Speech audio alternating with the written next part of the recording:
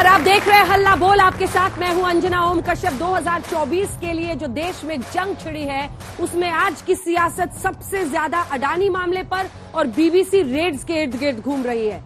लगातार कांग्रेस पार्टी हो, विपक्ष हो, वो कह रहा है कि प्रधानमंत्री को अडानी मुद्दे पर अपनी चुप्पी तोड़नी होगी।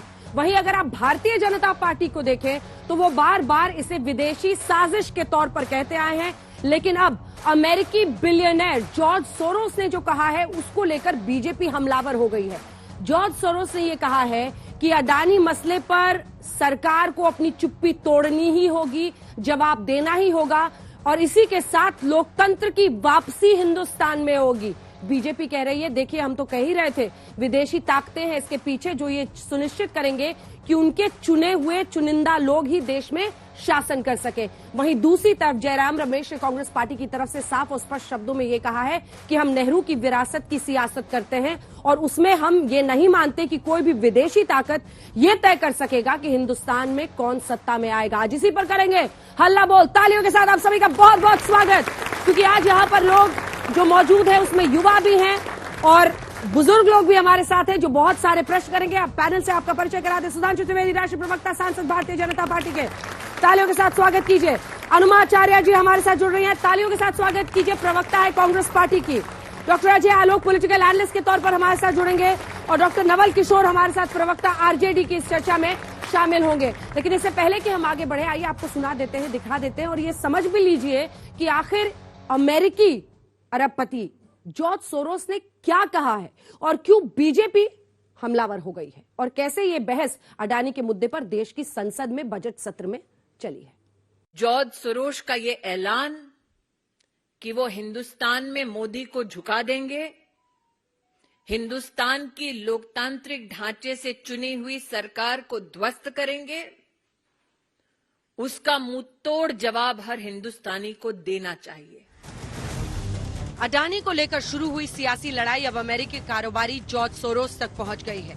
दरअसल हंगरी मूल के अमेरिकी अरबपति ने अडानी मसले को लेकर पीएम मोदी पर निशाना साधा है और दावा किया है कि भारत में एक लोकतांत्रिक परिवर्तन होगा।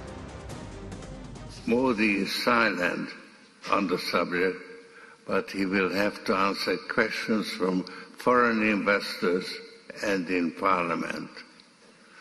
This will significantly weaken Modi's stranglehold on India's federal government and open the door to push for much-needed institutional reforms. I may be naive, but I expect a democratic revival in India. ऐसा नहीं है कि George Soros ने पहली बार मोदी सरकार के खिलाफ टिप्पणी की है। वो कई बार मोदी सरकार के फैसले पर सवाल उठा चुके हैं। 2020 में वो यहाँ तक कह चुके हैं कि भारत तानाशाही व्यवस्था की ओर बढ़ रहा है, लेकिन इस बार बीजेपी सोरोस की साजिश पर हमलावर है। जिनको वो पैसा पहुंचाते हैं, ये उनके लिए संदेश है कि आप चाहे इन इरादों के साथ वो पैसा प्राप्त करते हो कि आप हिंदुस्तान को कमजोर कर देंगे, लेकिन हिंदुस्तान नरेंद्र मोदी के नेतृत्व में ना कमजोर होगा ना झुकेगा, बल्कि आगे ही बढ़ता जाएगा। उधर कांग्रेस ने सोरोस मामले में पल्ला झाड़ लिया। जयराम रमेश ने ट्वीट किया, पीएम से जुड़ा अडानी घोटाला भारत में लोकतांत्रिक पुनरुत्थान शुरू करता है या नहीं, यह पूरी तरह कांग्रेस, विपक्ष व हमारी चुनावी प्रक्रिया पर निर्भर है। इसका जॉर्ज सोरोस से कोई लेना देना नहीं। हमारी नेहरूवादी विरासत सुनिश्चित करती है कि उन जैसे लोग हमारे चुनाव परिणाम तय नहीं कर सकते। जयराम रमेश के बयान के बाद बीजेपी ने कांग्रेस को घेरा और कहा कि ये हम साथ साथ हैं वाला एजेंडा है। वहीं कांग्रेस सोरोस को बीजेपी का टूल किट बता रही है। हम आपके है कौन नहीं, ये हम साथ साथ है का एक परिचायक है। जो असली एजेंडा है वो सामने निकल कर आ चुका है और खुद उसकी मुंह जबानी सामने निकल कर आ चुका है, पर फिर भी कांग्रेस पार्टी ऐसे मानसिकता और लोगों का समर्थन करती है। Why should we get into BJP's toolkit? What some Soros says somewhere, then Smriti responds. This is a jugalbandi we have nothing to do with. We don't want to get into this. Adani मसले पर विपक्ष लगातार सरकार की मोर्चाबंदी कर रहा है, JPC की मांग कर रहा है। वहीं अमित शाह कह रहे हैं कि बीजेपी के पास छिपाने के लिए कुछ भी नहीं है। इसमें बीजेपी के लिए कुछ छुपाने को नहीं है और ना किसी बात से डरने की जरूरत है। यहाँ हम जेपीसी की मांग कर रहे हैं अडानी के मामले में, और वहां सरकार बीबीसी के पीछे पड़ी हुई है। विनाशकाले विपरीत बुद्धि। उधर राहुल गांधी ने लोकसभा स्पीकर के नोटिस का जवाब भेजकर कहा है कि उन्होंने संसद में अडानी मसले को लेकर जो कुछ भी कहा था वो ठीक था। विवाद और बढ़ा है क्योंकि एक तस्वीर सामने आई है जिसमें यही अमेरिकी कारोबारी जॉर्ज सोरोस पूर्व प्रधानमंत्री जवाहरलाल नेहरू के साथ दिख रहा है। आज तक ब्यूरो। अडानी से लेकर बीबीसी दोनों ही मुद्दे पर विपक्ष घेर रहा है। डिसेंट की आवाज, यानी आपके खिलाफ जो बोले उसके खिलाफ आप पड़ जाते हैं, आपकी पूरी पार्टी पड़ जाती है, आपका शस्त्र तंत्र सब कुछ पड़ जाता है। अब आपको एक नया दुश्मन मिला है, जॉर्ज सोरोस, और आप ये कह रहे हैं विदेशी साजिश है। ये कैसे प्रूव होगा? हिंडनबर्ग से जॉर्ज का क्या रिश्ता है? मतलब कैसे आप प्रूव करेंगे सब कुछ? यहां पर तो वो पूछ रहे हैं कि आपका अडानी से क्या रिश्ता है। देखिए, आज जो ये जॉर्ज सोरोस का स्टेटमेंट आया है, कोई नॉर्मल स्टेटमेंट है कि $1 बिलियन बजट बता रहा है कि भारत की सरकार को डिस्टेबलाइज करने के लिए या परिवर्तित करने के लिए, कंपेल करने के लिए वो खर्च करेगा। तो जानते हैं इसमें हमें क्या याद आता है? वो 50 साल पुरानी एक फिल्म थी जिसका एक गाना था कि रुख से जरा नकाब हटा दो मेरे हुजूर, चेहरा फिर एक बार दिखा दो मेरे हुजूर। जो कांग्रेस के रुख पे नकाब था बिल्कुल साफ हो गया कि अब बाहर से बैठा व्यक्ति, पहले तो हिंडनबर्ग की रिपोर्ट, बीबीसी की डॉक्यूमेंट्री, अब तो एक बड़ा पैसे वाला खुद ही कह रहा है कि मैं तो पैसा भी खर्च करूंगा। और ये मैं ऐसे ही नहीं कह रहा हूं, पिछले 8 वर्षों में आप लोग टाइमिंग को देखिए, जब जब भारत में पार्लियामेंट का सेशन शुरू होने वाला होता है तो रफाल रिलेटेड कोई स्टोरी आएगी, कभी किसान आंदोलन में ग्रेटा थनबर्ग टाइप का कोई बोलने लगेगा, तो कभी पेगासस आएगा, तो कभी बीबीसी की डॉक्यूमेंट्री आएगी, कभी हिंडनबर्ग आएगी। तो जरा इसका जो संबंध है कालचक्र की गति के साथ, टाइमिंग के साथ देखिए तो अब बहुत साफ हो गया है। और ये आज ही नहीं तो 20 साल से चल रहा है, जब से मोदी जी गुजरात के मुख्यमंत्री बने थे तब से। आप देख लीजिए, जाके चेक करिएगा, अभी भी नेट पे अवेलेबल हो। क्या न्यूयॉर्क टाइम्स लिखता था, क्या वॉशिंगटन पोस्ट लिखता था, क्या टाइम मैगजीन लिखती थी, और आज भी क्या लिख रही है। कोविड के समय में टाइम मैगजीन ने फ्रंट पेज के ऊपर मोदी जी की फोटो और लाशों के साथ बताया what Modi has done to the world, और एक स्टोरी नहीं जो शी जिनपिंग के खिलाफ हो, जहां से चाइना उभर के सामने आया। इसलिए हम कह रहे हैं कि ये जो आपस का कनेक्शन है वो बहुत साफ दिख रहा। और मैं दर्शकों के ज्ञान के लिए बता देना चाहता हूं, मैं खुद हतप्रभ रह गया था। बीबीसी की वर्ल्ड हिस्ट्री पे एक डॉक्यूमेंट्री है, जाके डिस्कवरी प्लस चैनल पे देखिएगा। बाई चांस मैं देख रहा था, उसमें कोलंबस का एपिसोड जो दिखाया गया, जब वो अमेरिका में लैंड करता है, जानते क्या कह रहा है? वो तो चाइना खोजने निकला था, उसे लगा कि हम चाइना में पहुंच गए हैं, और सारी जिंदगी कोलंबस ये मानता रहा कि वो चाइना में है, जबकि फैक्ट ऑफ द मैटर है वो इंडिया खोजने निकला था। उसने वहां के निवासियों को रेड इंडियन बताया। इतना बड़ा झूठ अगर विश्व का इतना बड़ा मीडिया संस्थान प्रचारित कर रहा, वो चाइना को क्यों हाईलाइट कर रहा है? चाइना के खिलाफ कोई स्टोरी नहीं कर रहा है। हम सिंपल सी बात कहते हैं, जैक मा ने $28 बिलियन का आईपीओ निकाला था अलीबाबा वाले, वो गायब हो गए थे। बताइए कोई स्टोरी की हो बीबीसी ने, बताइए। और मैं पॉजिटिव की बात कहूं, अभी भारत का डिफेंस एक्सपो खत्म हुआ है, 32 देशों के defence minister out of Europe, पहली बार ऐसा हुआ, 32 देशों के। बताइए कितनी स्टोरी की है। इसलिए एजेंडा साफ है। और वो इनका क्यों दोष है कांग्रेस वालों का? उधर से सुर उठता है, इधर से ताल, फिर उसके बाद उधर से तराना उठता है, इधर से याराना उठता है। कहां ताल उठ रहा है? जयराम रमेश तो कह रहे हैं कि विदेशी ताकत नहीं तय करेगा हिंदुस्तान में कौन सत्ता में। बता तो रहे, हिंडनबर्ग जो अपने देश में आरोपित हो गई, जिसपे जांच शुरू हो गई, उसके सुर में ताल मिलाने के लिए यहां लोग खड़े हैं। अमेरिका में कोई नहीं मिला रहा, कोर्ट ने मना कर दिया किसी कंपनी के बारे में रिपोर्ट। जैसे बीबीसी और हिंडनबर्ग आज कांग्रेस के अति प्रिय हो गए हैं, वैसे ही जॉर्ज सोरोस भी होंगे क्या? क्या आपको भी लगता है कि देश में लोकतंत्र नहीं है और सोरोस अमेरिका में बैठकर बताएगा कि अब लोकतंत्र की वापसी होगी इंडिया में? अंजना जी नमस्कार, पहली बार आपके प्रोग्राम में आई हूं, तो ये बताना चाहती हूं कि जिस तरह से मैंने सुना था कि अर्धसत्यों के शहंशाह होते हैं, ऐसे ही अर्धसत्यों के दरबारी भी होते हैं। और हम यहाँ देख रहे हैं, कौन है जॉर्ज सोरोस? कौन जानता है उसे? क्या अडानी का कोई से हो सकता है यूएसए में? मैं चूंकि आर्म फोर्सेज में 24 साल सर्विस कर चुकी हूं, तो मैं ये झूठ नहीं बोल सकती और झूठ का कभी प्रश्रय भी नहीं लेना चाहूंगी। कौन है ये लोग? किनके लिए ये डिस्कोर्स बदला जा रहा है? क्यों नहीं हमारे यहाँ सेबी की इंक्वायरी होती जिससे बात साफ हो जाए?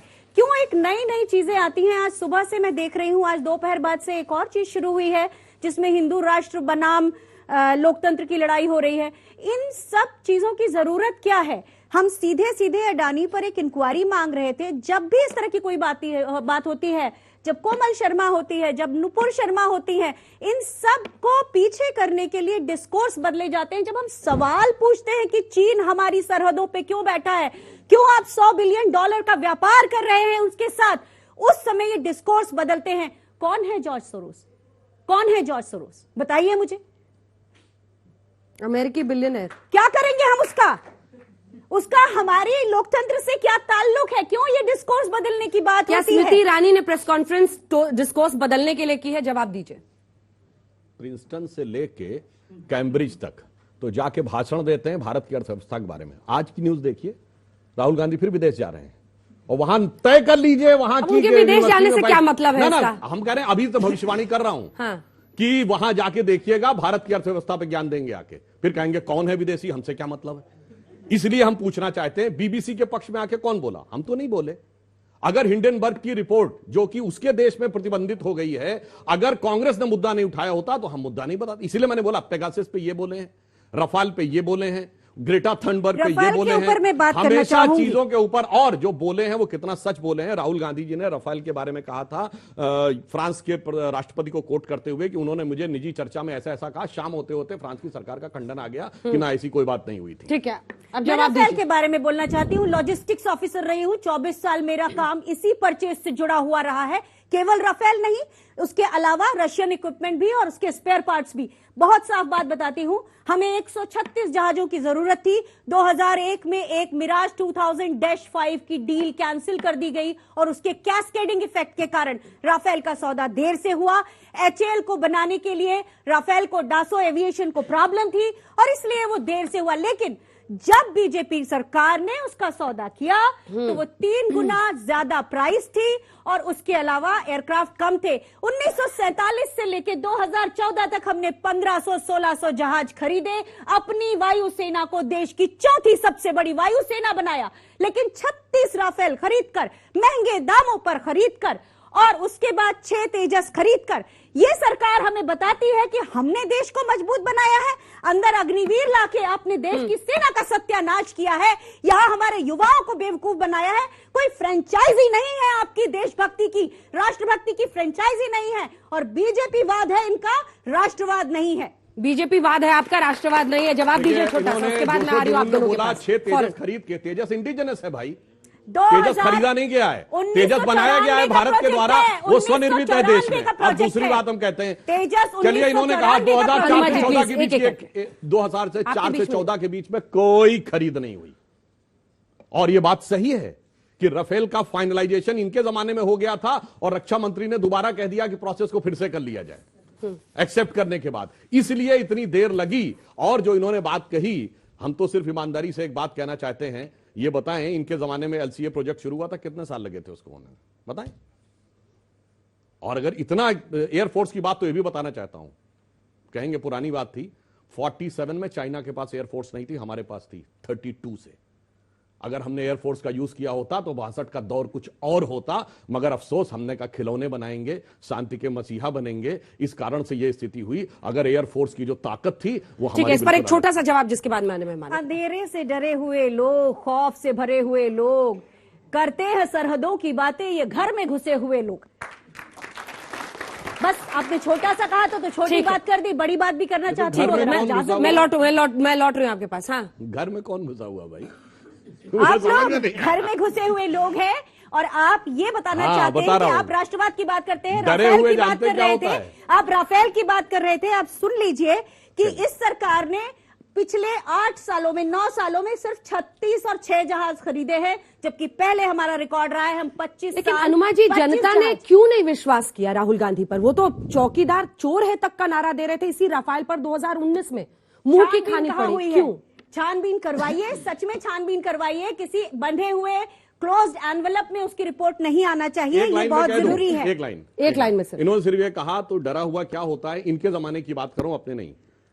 चीन छीन देश का गुलाब ले गया, नेहरू जी चीन के सदमे में गए और ताशकंद में वतन का लाल सो गया और ये सुलह की शक्ल को संवारते रहे, जीतने के बाद बाजी हारते रहे। ये होता है। जवाब दीजिए। देखिए, मामला बहुत पीछे तक पहुंच गया है, लेकिन मैं वापस आज के दौर पे लाना चाह रही हूं। क्या ये हमेशा कहते हैं हर बजट सत्र के कोई भी संसद के सत्र के पहले कुछ ना कुछ, कभी पेगासस की रिपोर्ट आती है, कभी बीबीसी की डॉक्यूमेंट्री आती है, कभी हिंडनबर्ग की रिपोर्ट, और विपक्ष उसको लपक लेता है एट द कॉस्ट ऑफ कुछ ना कुछ उथल पुथल देश के अंदर हो। हमने देखा कि बाजार में किस तरह का ब्लड बात हुआ। देखिए, उथल पुथल के तो ये नायक हैं। अगर बीबीसी ने 2002 दंगे की बात की है तो ऐसा हुआ नहीं है क्या, नंबर एक। और वो एक डॉक्यूमेंट्री है, उस डॉक्यूमेंट्री से पूरे भारतवर्ष में भाजपा ये प्रचार करे कि इस डॉक्यूमेंट्री से राष्ट्रवाद खतरे में है, हिंदुस्तान का अस्तित्व खतरे में है, संविधान खतरे में है, तो ये तो इनका अपना, ये तो दिखाता है कि चोर के दाढ़ी में तिनका है, नंबर एक। नंबर दो, जिस अडानी की बात करते हैं, इस देश में बच्चा बच्चा जानता है कि अडानी और मोदी जी का क्या दोस्ती का क्या स्तर है। अगर अडानी जी पर कोई सवाल उठाया है और कोई साधारण नहीं है, जैसे रिसर्च करके आप शो करते हैं वैसे ही रिसर्च करके वो भी रिपोर्ट लाते हैं, उस रिपोर्ट का जवाब भी उन्होंने दिया। इतना कमजोर अगर रिपोर्ट होता तो उनको जवाब नहीं देना चाहिए था, 413 पेज में। और जवाब में जब सवाल हुए तो बोले कि ये देश पर हमला है। अगर कोई व्यक्ति व्यापारी पे अगर कोई सवाल उठाता है और वो भी सवाल एकदम फोकस्ड है, क्वेश्चन के फॉर्म में है कि आपने फ्रॉड किया है, आपने मैनिपुलेशन किया है, वो देश के अस्तित्व से कैसे आता है उसमें? सवाल यहाँ पे है। सवाल अजय आलोक जी, शेयर्स के मैनिपुलेशन का आरोप कि मॉरिशस में कंपनीज बनाकर आपने अपने ही शेयर्स को इन्फ्लेट किया, ये सब देश पर हमला कैसे हो जाता है? अगर अडानी के खिलाफ रिपोर्ट आई है, देश पर हमला। अगर आज सोरोस बोल रहे हैं तो वो देश पर हमला। जब जब बीजेपी और सरकार घिरती है तो उसको देश पर हमला बता देती है। मुझे नहीं लगता कि बीजेपी ने कभी कहा कि अडानी पर हमला, देश पे हमला। ये अडानी ग्रुप ने जवाब दिया था। लेकिन मुझे ये बताइए अंजना जी, और आप लोग भी बताइए, सब स्टूडेंट्स हैं, हमारे देश के रेगुलेटर्स से भी ये सब गधे हैं क्या? कोई पब्लिक लिस्टेड हो गया कंपनी 96 में, आज चल रहा है 2023, कितने साल हो गए? 27 साल पहले पब्लिक लिस्टिंग कंपनी हो चुकी है, उसके 8-8 कंपनी शेयर में लिस्टेड हैं, और वो घोटाला कर रहा है, इन्फ्लेशन कर रहा है, उसको कांग्रेस में भी उतनी मदद मिल रही है, मोदी जी भी उतनी ही मदद कर रहे हैं। पता नहीं देश कैसे चल रहा है, क्या नैरेटिव है ये? और एक कंपनी के कारण पूरे देश की इकोनॉमी का भट्टा बैठ जाएगा। मतलब हमारे देश की अर्थव्यवस्था इतनी कमजोर है कि अडानी के शेयर लड़खड़ाएंगे तो देश बैठ जाएगा। ये नैरेटिव पे देश का कोई भी आदमी यकीन करेगा? नहीं करेगा। मैं पहले दिन से अडानी के लिए कह रहा हूं कि अडानी जैसी स्टोरी इस देश के हर प्रदेश में हो तो देश की इकोनॉमिक तकदीर बदल जाएगी। बेरोजगारी और की बात करते हैं लोग, इस देश की 140 करोड़ आबादी, सबको सरकारी नौकरी मिल जाए, संभव है क्या बेरोजगारी? अगर हमारा इंडस्ट्रियल क्लाइमेट देश का अगर डिस्ट्रॉय होता है तो इससे सबसे बड़ा नुकसान किसको है? देश को है या किसी और को है?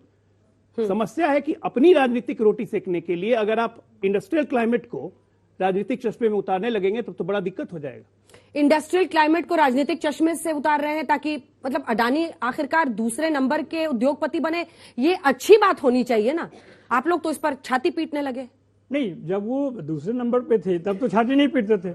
जब ये सवाल उठा, और सवाल में देखिए ठीक बोल रहे हैं अजय आलोक जी, कि जो सवालों के माध्यम से हिंडनबर्ग का रिपोर्ट ये कहता है कि आखिर ये 8 वर्षों में या इतने सालों में यहाँ की जो एजेंसियां हैं, जो खासकर इकोनॉमिक एजेंसियां हैं, जिसमें सेबी भी आता है या पार्लियामेंट आता है, ये सब क्या कर रहे थे? ये सवाल है कि जो वो इतना फ्रॉड और मैनिपुलेशन कर पाए एक लोकतंत्र में जहां पर इतनी एजेंसियां हैं। तो ये सवाल सिर्फ अडानी पे नहीं है, पूरे सिस्टम पे है, और इसीलिए शायद आरजेडी ने जांच कर भी ली क्या? नंबर ये आरजेडी ने जांच कर भी ली। आप कह रहे हैं कि उन्होंने मैनिपुलेशन किया। आरजेडी को जितना हल्का, देखिए आरजेडी को जितना हल्का आप प्रचारित करते हैं उतना हल्का नहीं है वो, चाहे बिहार में चाहे देश में। पूछ रही हूँ आप उनके, देखिए तो मैं इसीलिए बोल रहा हूँ कि जो बातें जांच कही जा रही चाहिए कह रहे हैं। नहीं, जांच आप करवाइए ना, क्यों नहीं करा रहे? जांच का तो रिपोर्ट, जांच का तो डिमांड पार्लियामेंट में किया जा रहा था। क्यों जांच से भाग रहे थे? सच देश के सामने आता है, एजेंसीज प्रोएक्टिव रहती हैं अगर इस देश की, तो ऐसी स्थिति नहीं बनती। आप लोग हाथ पर हाथ धरे बैठे रहे, और जब बाजार में ऐसा होना शुरू हुआ उसके बाद से आप लोग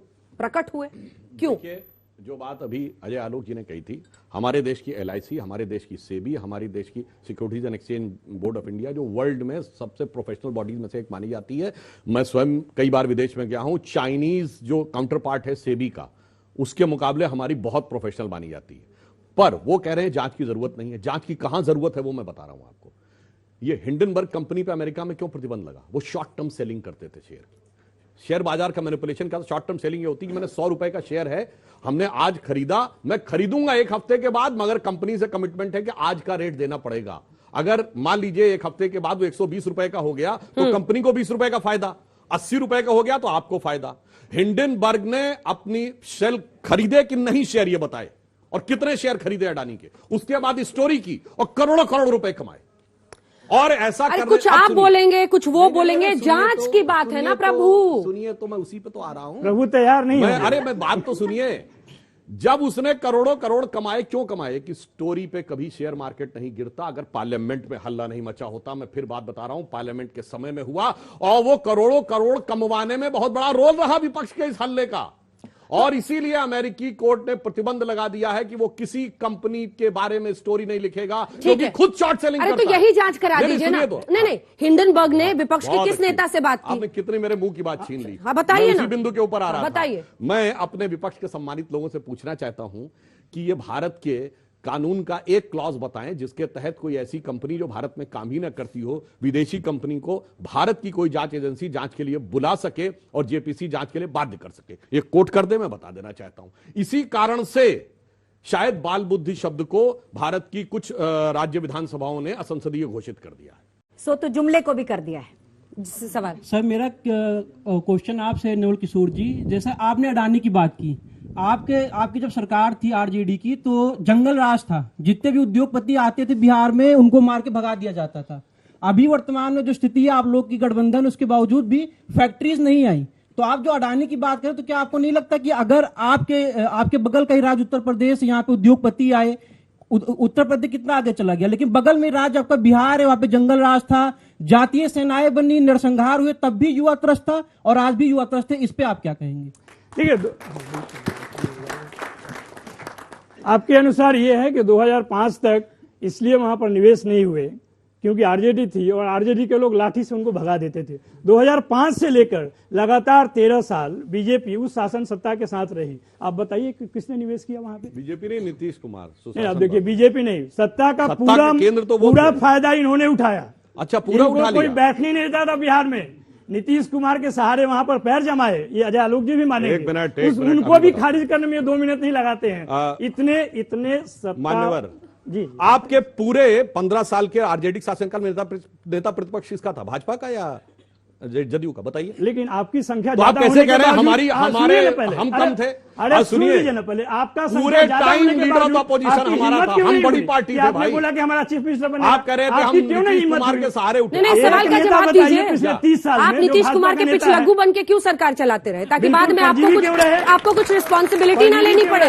एक नेता बता दीजिए भाजपा का जिसको बिहार में कोई जानता हो। पिछलग्गू जो आपका मुख्यमंत्री डिप्टी चीफ मिनिस्टर थे, नीतीश कुमार के पिछलग्गू और स्टेट मिनिस्टर में स्थापित है, कौन नहीं जानता बिहार में? वैसे आज पिछलग्गू कौन है? आज पिछलग्गू नहीं है, आपको मालूम ही नहीं है। पूरा मैनिपुलेशन शेयर का क्या तेजी से मैनिपुलेशन किया है। हाँ, मैं आपको बता रहा हूँ। नेतृत्व में 2020 में चुनाव लड़े गए, आपसे ज्यादा सीट। हाँ, मैं आपको बात बता रहा हूँ। जब 1995 में हमारा गठबंधन हुआ जदयू से, ये समता पार्टी नाम था, इनकी 7 सीटें थी विधानसभा, हमारी 42। उस समय लालू प्रसाद यादव के जंगल राज से बचाने के लिए, क्योंकि हमें पता था कि हमारी अपने दम पे मेजॉरिटी नहीं आ सकती, इसलिए हमने सेक्रीफाइस करके पूरे 15 साल सुनिए, जाके चेक करिए 1999। जंगल राज में तो जवाब दे दीजिए प्रभु। जंगल राज कौन सा जंगल राज? जो बच्चे ने पूछा, आधा घंटा में जंगल राज हो जाता है। बच्चे से पूछिए। आधा घंटा पहले भाजपा के साथ भाई तुम गलत सवाल पूछ रहे हो। आधा घंटा के तुम बाद प्रायोजित आदमी हो, खड़े हो जाओ एक बार। डीजीपी नहीं, प्रायोजित आदमी है प्रशासन नहीं। ये लड़का प्रायोजित है, आप साबित करते हैं प्रायोजित है कि नहीं है। क्या नाम है तुम्हारा? मेरा नाम जयेंद्र पांडे, मैं जागरण कॉलेज का छात्र हूँ। और कहाँ से आते हो? मैं गोंडा से बिलोंग करता हूँ बेसिकली। बिहार पर तुमको मतलब गोंडा वाला बिहार पे नहीं बोल सकते। नहीं, ठीक है। आप अब ये कह रहे हैं कि प्रायोजित हो तुम, साबित करो कि तुम प्रायोजित नहीं हो। क्योंकि बुलडोजर से यूपी का राज। सवाल वो नहीं है, सवाल है देश का विकास होना चाहिए। रणवीर सेनाएं बनी, जितने भी सेनाएं, रणवीर सेना का नेतृत्व कौन करता था? आरजेडी नहीं, आरजेडी ने वो तो मुखिया करते थे। पहले जानिए मेरा सवाल आपसे, रणवीर सेना कौन है पूछ लीजिए अंजना जी से। वो तो मैं आपसे पूछ रहा हूँ ना। नहीं, वो बता देगी ना। जंगल राज कायम था, दूसरी लाइन में जाट पे आ गए। नहीं, आपको ज्यादा लोग जानते हैं। दूसरी मैं बोलूंगा, मैं बोलूंगा सब जानता है। आरजेडी ने वो सब जानता। सामाजिक परिवर्तन। अरे बच्चे से तो मत लड़िए, तो ये नहीं मानेंगे। अरे बच्चे से तो मत लड़िए। तो कह रहा है, ब्रह्मेश्वर मुखिया का नाम ले रहा है, पढ़ा लिखा है, आपसे सवाल पूछ रहा है, तो प्रायोजित मत कहिए। इसीलिए मैंने इसको वापस बुलाया कि प्रश्न सुनना चाहिए। नवल किशोर जी, साधु यादव ने आप प्रायोजित हैं या नहीं है ये साबित कीजिए। बिल्कुल नहीं हूँ, मैं एक मीडिया का छात्र हूँ। मेरा ये प्रश्न आपसे, आपने बात की थी उद्योगपति की, आपके सरकार में जवाब थी। आज की भी मैं बात कर रहा हूं, अगर जो उद्योगपति आए होते तो क्या बिहार आगे नहीं जाता? मैं तो मेरा सवाल बीजेपी से है कि जो भी पत्रकार सरकार के खिलाफ जाती है उसे मेन स्ट्रीम मीडिया से बाहर जाना पड़ता है, पहले द वाइड फिर दैनिक भास्कर। चलिए बताइए, जो भी जर्नलिस्ट आपके खिलाफ होता है, प्रश्न है इसका कि उसको मेन स्ट्रीम से बाहर होकर, और फिर आप लोग कहते हैं अब सब यूट्यूब पे आएंगे, आपने ऐसा हाल कर दिया, ये सवाल है भी कोई सरकारी उसमें था संस्थान में जो बाहर गया? अब भाई वो मेन स्ट्रीम नहीं समझ पा रहे हैं, खुद मेन स्ट्रीम से बाहर हुए चले जा रहे हैं, तो इसके लिए हम क्या कर सकते हैं भाई? अगला प्रश्न, अगर वो प्री 2000 एरा के मेंटल ब्लॉकेट में अटक गए हैं उस जमाने में, तो इसलिए उनके साथ ऐसी स्थिति हो रही है। और अगर वो इतने ही लोकप्रिय थे, देखिए प्राइवेट चैनल है, सारे प्राइवेट चैनल हैं कि बिहार से आपकी सरकार गई, देश में जाने वाली है। आरजेडी से समस्या आपको इसलिए है कि आरजेडी एक ऐसा राजनीतिक दल है जो आपके राजनीति को कभी भी स्वीकार नहीं करेगा और नई देश में चलने देगा। अच्छा, पहली बार मुख्यमंत्री कैसे बने थे लालू यादव जी? उस समय क्या नहीं उस समय क्या हमारे रहमो करम पे बने थे। आप बताते हैं, फिर राम मंदिर मुद्दे पे हम अलग हुए थे। मेरा सवाल सुधांशु सर से, सुधांशु जी आपसे सवाल। मेरा सवाल सुधांशु सर से कि अभी आपने बोला कि हिंडनबर्ग ने हमारे खिलाफ रिपोर्ट निकाली, उसके बाद आप कहते हैं कि खिलाफ नहीं, अडानी के खिलाफ कमाने के लिए। सर आप फिर बोलते हैं कि अंतर्राष्ट्रीय शक्तियां हमारे देश को मतलब कि प्रभावित कर रही हैं, फिर बाद में आप बोलते हैं कि मोदी जी ने विदेश में बहुत नाम कर दिया है, तो आप तो अपने बयानों से सर पीछे हट जा रहे हैं। फिर ये आप कहां कह रहे हैं साहब? चूंकि मोदी जी का विदेश में नाम हो रहा है, ये विदेशी शक्तियों को पच नहीं रहा है। समस्या तो यही है कि जब वो विश्व के सबसे लोकप्रिय नेता के रूप में उभरने लगते हैं, तो जिन लोगों का जलवा चलता था। अच्छा चलिए, मैं एक सिंपल सी बात कहता हूं, एक दौर बताइए जब भारत के प्रधानमंत्री की रैंकिंग खिलाफ कैसे पिछले 30, 40, 50 साल में भारत के प्रधानमंत्री की रैंकिंग विश्व, अमेरिका और इंग्लैंड से ऊपर रही हो, बताइए। सिर्फ मोदी जी के दौर में प्रचार में उनकी रैंकिंग का ऊपर होना नहीं कह सकते। रैंकिंग यहाँ पर तो फेल है। जब 7वां बेड़ा हमारे दरवाजे खड़ा था और इंदिरा जी ने वो पाकिस्तान को 2 फाड़ किया था, तब थी हमारी वो रैंकिंग। आज आप उसको मार्केटिंग, प्रचार तंत्र को इकट्ठा करके कर लेंगे मार्केटिंग। मैं एक चीज बोलूंगा नहीं, सिर्फ आपको फूड फॉर थॉट देके छोड़ दूंगा। जब ये 7th फ्लीट आया था 71 में, 1 दर्जन से अधिक बार सोवियत रूस ने वीटो क्यों किया था? और आप लोग ये सोचिएगा, अमेरिका ने 7th फ्लीट भेजा और 1 हफ्ते के अंदर बांग्लादेश को पूरे अमेरिकन ब्लॉक ने मान्यता प्रदान कर दी। ऐसा कैसे हो गया? पर उसके ये बाद मैं बोलूंगा नहीं, इसके बहुत से फैक्ट्स अवेलेबल हैं, तो अब समझ में आ जाएगा वो बांग्लादेश की लड़ाई में असलियत में पीछे खेल कौन खेल रहा था, जाके चेक कर लीजिएगा। आप दरबारी हैं। सर आप इंडस्ट्रियल डेवलपमेंट के बारे में बात करते हैं, आप कहते हैं कि हमने बिहार में ये किया, हमने मध्य प्रदेश में ये किया, लेकिन सर जो अभी आपने नए यूनियन टेरिटरी लद्दाख बनाया है, वहां पे जो है एक इकोलॉजिकल और एक इंडस्ट्रियल कंजर्वेशन की बात कर रहे थे सोनम वांगचुक जी, उन्हें जो है आपने हाउस अरेस्ट में डाल दिया बिना किसी ना एक्सप्लेनेशन के ना कुछ। उन्होंने जो है अपनी हंगर स्ट्राइक भी चालू की, लेकिन आपने उसको नहीं किया। तो उस पे एक आपकी पार्टी और सेंटर की तरफ से चुप्पी क्यों है?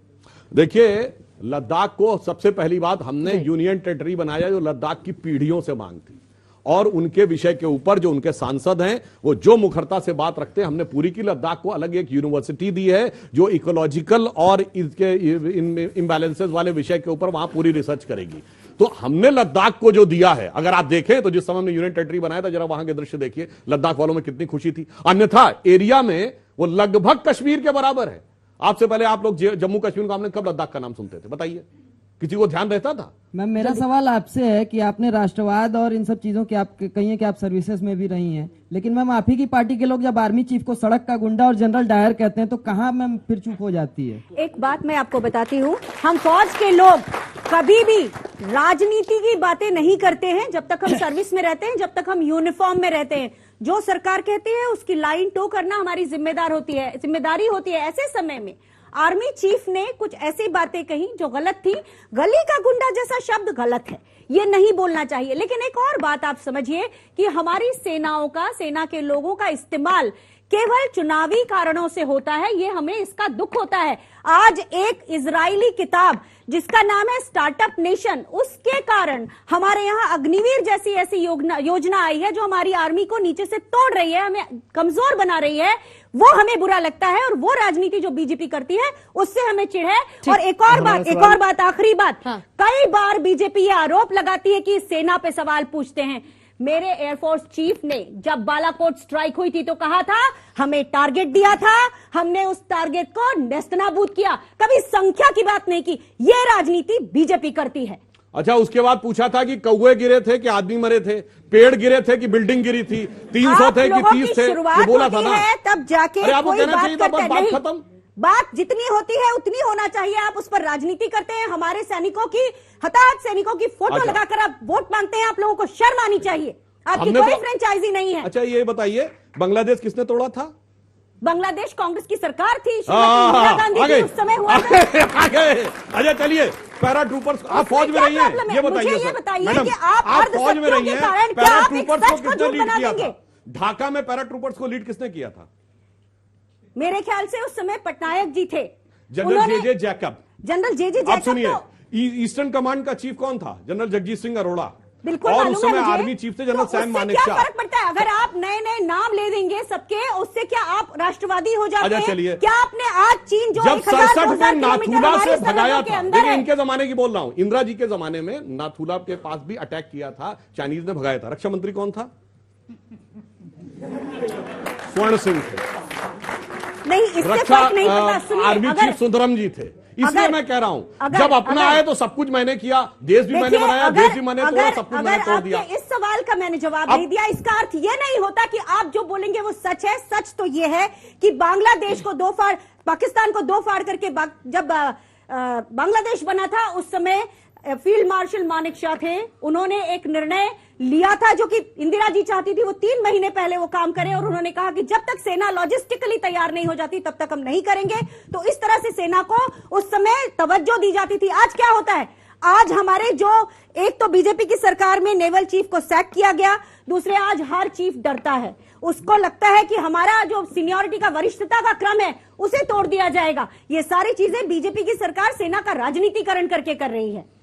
अगला सवाल, ये एक सिर्फ छोटा सा जवाब, छोटा जवाब। 93,000 प्रिजनर ऑफ वॉर छोड़ दिए गए और पीओके में एक बात नहीं आप की ले गई, आए इसके लिए जाइएगा। वापस, मेरी आप बात ले तो आए मानिए ना वापस, इनकी। 9 साल से आप यूरी हैं यहाँ पर, ब्रैजमनेव क्या आप का ले आएंगे इंटरव्यू इस तरह के देखिएगा जो उल्टे बीच में मत चिल्लाइए मैम प्लीज। यूरी आपके बीच में कोई नहीं ब्रैजमनेव बोलता का प्लीज। इंटरव्यू देखिएगा जो केजीबी का जासूस था। उसने पाकिस्तान के बनने के बारे की, अंतरराष्ट्रीय पूरी परिस्थिति के बारे में, उस प्रश्न का भी उत्तर मिल जाएगा कि 7th फ्लीट भेजने वाला देश ने तुरंत मान्यता कैसे। छोटा सा अंजना जी जवाब। केजीबी के जासूस की बात कर रहे हैं, यानी कि बाहर की एजेंसी की बात ये उसने सुन कहा रहे कि हैं। कांग्रेस पार्टी आज पैसा आता जो था। बात ये लगाते हैं कि विदेशों की बात, विदेशों की साजिश है, क्या वो केजीबी की साजिश नहीं थी? क्या मैं ये बताऊं कि हाँ, मोरारजी यही तो हम कह देसाई रहे हैं। और सीआईए के संबंधों पर किताब लिखी गई थी, द प्राइस ऑफ पावर, उसको कांग्रेस की सरकार ने बैन किया था क्योंकि हमारे देश की अस्मिता का सवाल था। क्या ये इतने उदार नहीं हो सकते? अगला सवाल पूछिए। नवल किशोर जी, बिहार में एक दुकानदार के बाहर यादव गैंग रुपए 5 लाख ये लगा दिया जाता है पोस्टर, क्या इसको भी आप जंगल राज नहीं मानते हैं? और जो छपरा में कुछ दिन पहले 4 राजपूतों की पीट पीट कर हत्या कर दी गई, ये भी जंगल राज में नहीं आता है? पूरे देश में मुझे अच्छा लगता है जैसे नवल जी पे कहते हैं ताली बजा लीजिए। सवाल नहीं, आपका अधिकार है, उसमें कोई दिक्कत नहीं है। मैं सिर्फ आपको ये बताना चाहता हूं कि जो अपराध है उसको अपराध तक सीमित रखें और जाति से नहीं जुड़े तो ज्यादा बेहतर, अच्छा होगा। हर राज्य में जो अपराध होते हैं उनकी भी कोई जातियां होती हैं। सिर्फ बिहार में, बिहार को बदनाम करने के लिए अंजना जी इस तरह का माहौल तैयार करती हैं कि आप बोलें कि जाति को यादव को यादव गैंग जिसने भी लगाया होगा, आइए भाई आप भी आइए, आइए ये भी प्रायोजित है। नहीं, ये भी प्रायोजित है। आपने जो प्रश्न करेगा वो अंजना के माहौल की वजह से करेगा। अरे सुधर जाइए, अब तो सुधर जाइए, अब तो सुधर जाइए, सुधर जाइए अंजना जी, सुधर जाइए। आपके सुधर जाइए। आपकी बात है, कितना ताली बजा रही है। आपको बार बार कह रही हूँ सुधर। बिल्कुल, ये सारे प्रायोजित है। जितने लोग ताली बजा रहे हैं सब प्रायोजित है। आप लोगों की दिक्कत यही है कि अपना काम सुधारना नहीं है, दूसरे पर उंगली उठाना है। 4 आपके चेहरे की तरफ रहते हैं। प्लीज सर, फिजूल टाइम मत वेस्ट कीजिए। चलिए चलिए। अरे सुनिए, एक बात मैं कहना चाहता हूँ, टाइम मत वेस्ट कीजिए।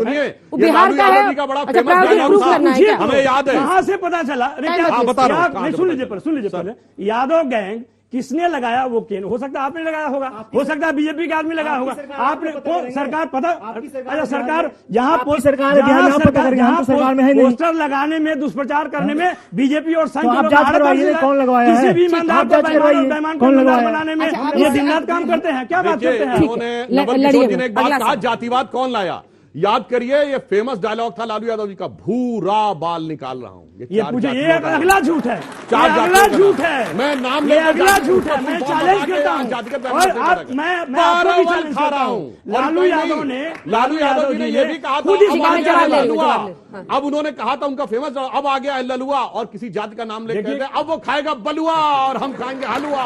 ये सब हमें बचपन का याद है। जाति का पूरा जवाब दीजिए। मुझे बेहद दुख होता है कि इनके जैसा व्यक्ति जो कि संसद में बैठता है और झूठ बोलने में एक मिनट भी नहीं सुन लीजिए। पहले आज तक के चैनल आप वीडियो देखते होंगे, यूट्यूब देख लीजिएगा, लालू जी ने जवाब दिया है और चैलेंज किया है उस पत्रकार को कि तुम कहीं से भी खोज कर लाओ। लालू यादव आप सुन तो लीजिए, अखबारों में खूब लिखा है। वो चैलेंज किया कि कोई भी पत्रकार इस देश का कोई भी साक्ष्य खोज कर लाए जहां पर लालू यादव ने बोला हो भूरा बाल साफ करेंगे तो जो कहेगा वो मान लेंगे। ये बोला आपने, आप कहीं से लाए? जैसे इनके नेता बोलते हैं कि हमारे पीछे 140 करोड़ जनता है, 140 करोड़ सुनिए, अगर आपके सामने है तो हमारे साथ कौन है, इनके साथ कौन है, जदयू के साथ कौन है? इतना बड़ा झूठ आपके अब मैं सच बोलता हूं, बिल्कुल सुनिए फैक्ट के साथ। बोलिए। 24 अक्टूबर 90 को जिस दिन अडवाणी जी गिरफ्तार किए गए, शाम को लालू यादव जी ने दूरदर्शन के आर्काइव से जाके चेक करिएगा, मुझे अच्छी तरह याद है, उन्होंने कहा ए क्या बात करता है, ये कुछ रामलला नहीं है, जात बिरादरी का देश है। ये बताइए, don't cast your vote, vote your caste, ये बोला था कि नहीं लालू यादव जी ने? क्या बात करने लगते हैं सुधांशु जी? और मैंने दूरदर्शन कहीं बोली 24 अक्टूबर 1990 को दिखा दीजिए, और अगर ना बोला होगा तो मैं आपसे माफी मांगूंगा। मैं आपसे नहीं बोल रहा हूं, मुझे अच्छी तरह याद है। मैं आपसे इसलिए नहीं माफी। और उसके बाद सुनिए, मगर जब जेल गए तो जो जाति क्या आरजेडी ने लाया है, जाति क्या लालू यादव ने लाया है? सदियों से यह समाज जिसका बात कर रहे हैं उसमें जाति है। अगर जातिगत गैर बराबरी की जो बात करेगा वो जातिवादी हो गया, और जो जातिगत आधार पर सदियों से शासन करेगा वो जातिवाद से ऊपर हो गया। क्या बात करते हैं? कृष्ण जी किसके थे वंशज? अरे कृष्ण और राम को छोड़ दीजिए ना, उसका आप खाते हैं क्यों? आप उसके पुजारी नहीं है। नहीं, ये बताइए ना, लालू प्रसाद यादव जी भगवान कृष्ण के वंशज थे, बिल्कुल मानते हैं, और कह रहे सदियों से दबा कुचला समाज में, गजब का तर्क देते हैं लोग। चलिए अगला सवाल। मेरा सवाल बहुत साफ सुथरा सा है। मोदी जी ने संसद में कहा कि उनके साथ 160 करोड़ देशवासियों का साथ है। 140 करोड़ का, सॉरी। उसके साथ साथ बीबीसी ने जो डॉक्यूमेंट्री निकाली उसका नाम था इंडिया द मोदी क्वेश्चन, जहां इंडिया इंक्लूड हो गया। मोदी जी खुद कहते हैं कि उनके साथ देशवासियों का साथ है। तो फिर जब JMI, JNU राजस्थान में, तो फिर क्यों बच्चों को स्कूल से, कॉलेज से निकाला जा रहा है जस्ट बिकॉज वो बीबीसी की डॉक्यूमेंट्री देख पाए? मैं कहती हूँ मैंने वो डॉक्यूमेंट्री देखी, क्या मुझे डरना चाहिए इस बात से कि मुझे पता है कि मैंने कुछ ऐसा देखा है जिसमें हमारी रूलिंग पार्टी ने कुछ करा है जिसके बारे में दुनिया को पता होना चाहिए, देश को पता होना चाहिए? क्यों रूलिंग पार्टी नहीं सुन पा रही है अपने अगेंस्ट? देखिए, इन्होंने बहुत सही बात कही, उसका कारण जानते क्या है? विदेश पहले बता दीजिए, इसको डरना चाहिए नहीं डरना चाहिए? किसे? इसको डरना चाहिए नहीं डरना चाहिए? जब तक मोदी का राज है किसी को नहीं डरना चाहिए, वरना बम धमाकों से डरना चाहिए। अब मैं बताता हूं, जो लोग आज भी ब्रिटिश ब्रॉडकास्टिंग कारपोरेशन की न्यूज को ब्रह्म सत्य मानेंगे और वो कहेंगे कि दर्जनों इनकम टैक्स के नोटिस का हम जवाब नहीं देंगे, तो लाट साहब, आप किसी जमाने में रहे होंगे जब अंग्रेजों को लाट साहब कहा जाता था, अब लाट साहबी गई, अब रूल के अनुसार सामने आना पड़ेगा। और जो लोग अभी भी उन विदेशियों के बारे में बात करते, तो एक ही पंक्ति कहना चाहूंगा कि अपने वतन पर सदियों तक है रही हुकूमत गैरों की, लेकिन कुछ चेहरों पर अब तक धूल है उनके पैरों। विदेशियों से माफी किसने मांगा था? ब्रिटिश वाले। अंजना जी, बीबीसी के बारे में बात कर रहे थे। यहाँ बहुत सारे गणमान्य सदस्य बैठे हैं जिनकी उम्र ज्यादा है। अपने बच्चों को सबने बताया है कि बीबीसी से सुनो, ऑथेंटिक होती हैं खबरें। आपको भी याद होंगे पुरुषोत्तम लाल पाहवा, ओंकार प्रसाद श्रीवास्तव, कैलाश बुधवार, किसको याद नहीं है? आपके भी घर में सिविल सर्विसेज दिए हुए लोग हैं, क्या वो बीबीसी को इस तरह धिक्कारते थे? हाँ, बीबीसी की कुछ जो डॉक्यूमेंट्री इंदिरा जी ने भी बैन की थी, आपको याद होगा, लुई मेले की एक डॉक्यूमेंट्री थी जिसमें कलकत्ता और फैंटम इंडिया, जिसमें 23 साल के स्वतंत्र भारत को उसकी गलत छवि बनाई थी, जबकि उसी साल हमारे यहाँ ऑपरेशन फ्लड हुआ था, श्वेत क्रांति आई थी, अमूल आया था। उस देश को, बढ़ते हुए देश को जब बीबीसी ने डिफेम करने की कोशिश की थी तो 2 साल तक इंदिरा जी ने उसे बाहर कर दिया था। और एक बार और, जब एक घटना जो एक बाल मजदूरों से रिलेटेड थी, बीबीसी ने अपनी बात को कॉन्ट्रडिक्ट करिए, मैं समझ नहीं पा रही हूँ। मैं ये कह रही हूँ कि बीबीसी, इंदिरा जी करे तो सही, मोदी जी करे तो गलत। आप मेरी बात सुनिए जो मैं कह रही हूँ। मैं ये कह रही हूँ कि बीबीसी को आप आउटराइटली रिजेक्ट नहीं कर सकते। आपके और हमारे बचपन में उसका रोल रहा है, और बहुत से लोगों का, जो दूरदर्शन की दुनिया के पहले के लोग हैं, वो जानते हैं कि हम बीबीसी की खबर ऑथेंटिसिटी के लिए सुनते थे। पर आज जो बीबीसी के साथ हो रहा है, इंदिरा जी ने लेकिन बैन कर दिया, दफ्तर भी बंद करा दिया 70 में, वो क्या था? मतलब ऑथेंटिक था या इंदिरा जी गलत थी? छवि जो हमारा देश उस समय बढ़ रहा था, आप देखिए ना, फैंटम इंडिया देखिए, कलकत्ता देखिए, क्या आपको पसंद आएगा? और किसने उसके ऊपर आवाज निकाली थी? जो ब्रिटेन में बसे हुए भारतीय थे, छोटा सा, उन्होंने इसके ऊपर ये किया था, प्रतिरोध किया था, और उसकी खबर जब सरकार को मिली तब ऐसा हुआ था। हाँ, वो ऑथेंटिक उस जमाने में इसलिए था कि दूरदर्शन और आकाशवाणी सच बताता ही नहीं था, वो टोटल सरकारी भोपू था। और जो इन्होंने ये बात कही, तो मैं याद दिलाना चाहता हूँ, मैं आप तो फ्री मीडिया आज के बारे में खुला मीडिया, आप लोग अगर आगे में हैं और कुछ सवाल इन्होंने कई पत्रकारों के नाम लिए, बीबीसी के बहुत बड़े पत्रकार थे, मार्क टेली, उनका नाम क्यों नहीं लिया? मार्क टेली ने अभी 2019 में लिखा है, जानते हैं क्या आर्टिकल लिखा उन्होंने द इक्वेटर मैगजीन में, कि Muslims in India are the luckiest.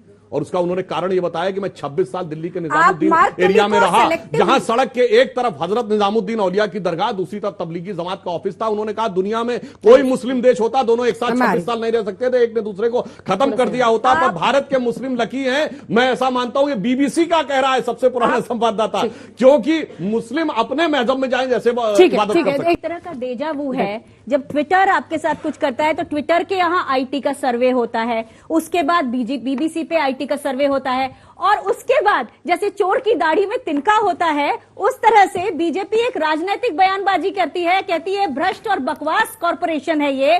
उसके बाद पांचजन्य नाम का आरएसएस का मुखपत्र उसके ऊपर लिखता है, और ये भी कहता है, सुप्रीम कोर्ट को कटघरे पे खड़ा करता है और कहता है सुप्रीम कोर्ट बाहरी शक्तियों से प्रभावित हो रही है। आप बताइए, क्या हर संस्था गलत है? वैसे तिनका छुपाने के लिए दाढ़ी बढ़ाई थी क्या?